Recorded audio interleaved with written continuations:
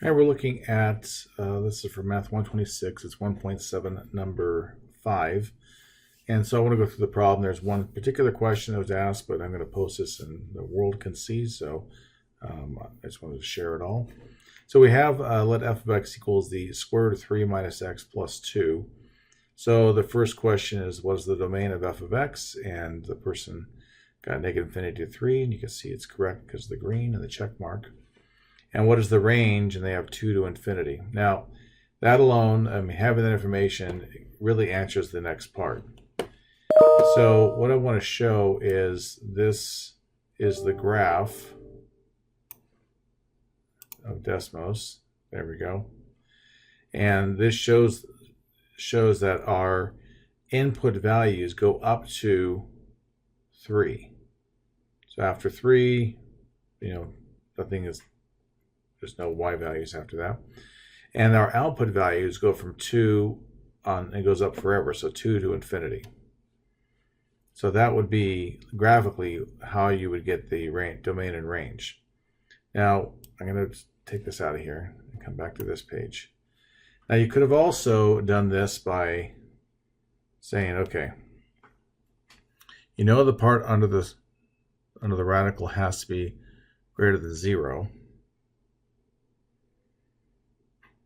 And so that 3 minus x must be greater than or equal to 0, be equal to 0 too. So if you were to subtract 3 from both sides, negative x is greater than or equal to negative 3 divided by negative 1. X is less than or equal to 3. And that is what this comes out to be. And we saw from the graph that it's going to be 2 to infinity. Now, if you look at this formula here, the radical only produces 0 to infinity. So adding 2 to it means it's going to do 2 to infinity. So when we come to the inverse function, and they ask you to find the inverse function, and so if you were to say, y equals the square root of 3 minus x plus 2, like that, and then swap the x and the y, so x equals the square root of 3 minus y plus 2. If you subtract the 2 from both sides, you'd have x minus 2 equals the square root of 3 minus y. And then squaring both sides,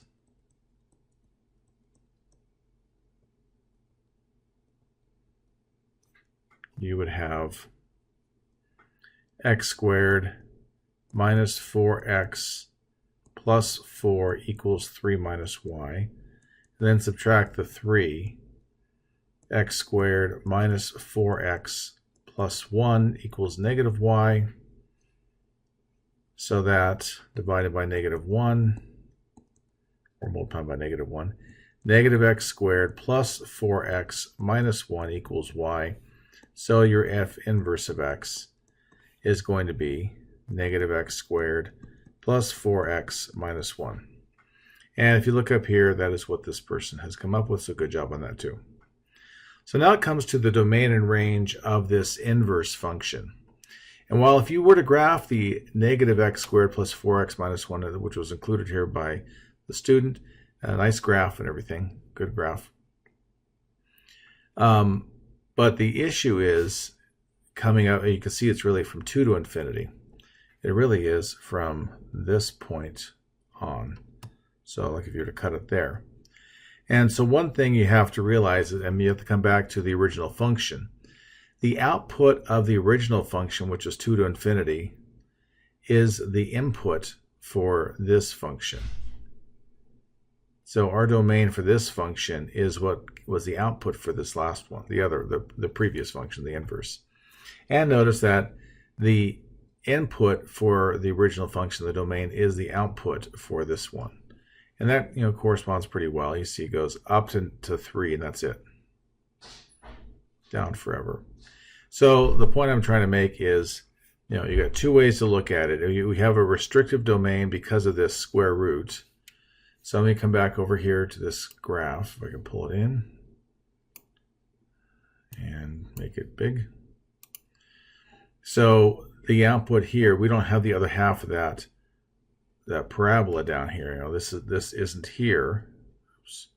I guess I can't draw. I'm supposed to draw on it. I couldn't. So it's not coming. It's not happening down there. That other half of the curve. It's only the upper half. So we have a restricted output, which means the inverse has a restricted input. So I know I probably took a long time to explain that, but I probably could have just said this output is this input. But I was trying to show graphically why that's the case. And so here, we would not include all that part there. It would just be from here on. So hope that helps explain the situation. And good job on this problem.